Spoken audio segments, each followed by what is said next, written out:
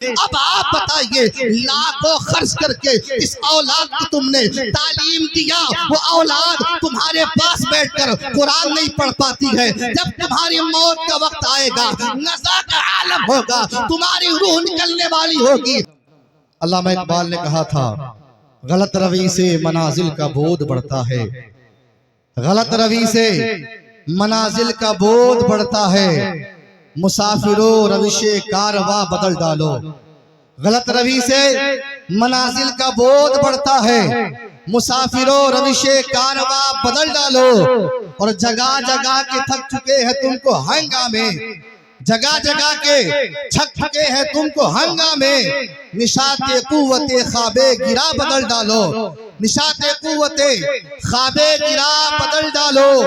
اور کہا کہ نہ سنبھلو گے تو مٹ جاؤ گے اے ہندی مسلمانوں، نہ سنبھلو گے تو مٹ جاؤ گے اے ہندی مسلمانوں، تمہاری داستاں باقی نہ ہوگی داستانوں میں، تمہاری داستاں باقی نہ ہوگی داستانوں میں۔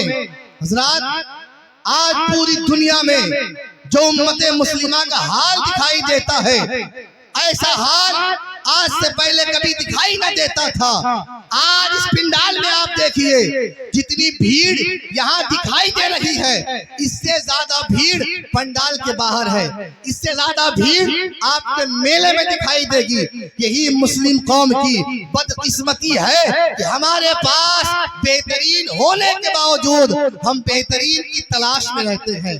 آج یہاں اللہ کا ذکر ہے، یہاں رسول اللہ کا ذکر ہے، علماء کا جمع غفیر ہے، ان کا چہرہ ہمیں دیکھنا چاہیے تھا، ان کی باتیں ہمیں سننی چاہیے تھی، لیکن پنڈال کو چھوڑ کے ہم باہر گھوم رہے ہیں۔ پتا چلا کہ ہم آئے تو جلسے میں ہیں لیکن دین کی بات سننے نہیں آئے ہیں، آئے تو جلسے میں ہیں لیکن میلہ گھومنے کے لیے آئے ہیں۔ تو پتا چلا سب چیز ہونے کے باوجود بھی اگر یہ قوم علم سے نام علم سے محروم رہ جائے گی تو اس میں ہماری کوئی کمی نہیں ہے۔ اللہ فرماتا ہے یا ایھا الذین آمنوا اتقوا اللہ، اے ایمان والو اللہ سے ڈرو، اے ایمان والو اللہ سے ڈرو۔ یہ قوم اللہ سے نہیں ڈرتی، اللہ سے ڈرنے والے یہ لوگ ہیں، اللہ کا ڈر ان کے دل میں ہے، اللہ کا خوف ان کے دل میں ہے۔ یہ ہے تو آج دین دکھائی دیتا ہے، یہ ہے تو آج اسلام دکھائی دیتا ہے۔ آج جیسے جیسے زمانہ ترقی کر رہا ہے، جیسے جیسے لوگوں کے پاس میں پیسہ آ رہا ہے، سب اپنے بچوں کو انگلش میڈیم میں پڑھانا چاہتے ہیں، سب اپنے بچے کو اعلیٰ تعلیم دینا چاہتے ہیں، لیکن وہی باپ جب بیمار پڑ جاتا ہے، وہی باپ جب بستر مرگ پر ہوتا ہے تو قرآن پڑھوانے کے لیے ہمیں ان کے بارگاہ میں حاضر ہونا پڑتا ہے۔ اب آپ بتائیے لاکھوں خرچ کر کے اس اولاد کو تم نے تعلیم دیا، وہ اولاد تمہارے پاس بیٹھ کر قرآن نہیں پڑھ پاتی ہے، جب تمہاری موت کا وقت آئے گا، نزا کا عالم ہوگا، تمہاری روح نکلنے والی ہوگی۔ تیرا بیٹا انجینئر بن گیا، تیرا بیٹا ڈاکٹر بن گیا، تیرا بیٹا پروفیسر بن گیا، تیرا بیٹا دنیا کی تعلیم کو لے کر بیٹھا ہے، لیکن تیرے بیٹے کے سینے میں یہ یاد نہیں ہے، تیرے بیٹے کو یہ معلوم نہیں ہے سورہ رحمان کیسے پڑھا جائے گا، سورہ یاسین کیسے پڑھا جائے گا۔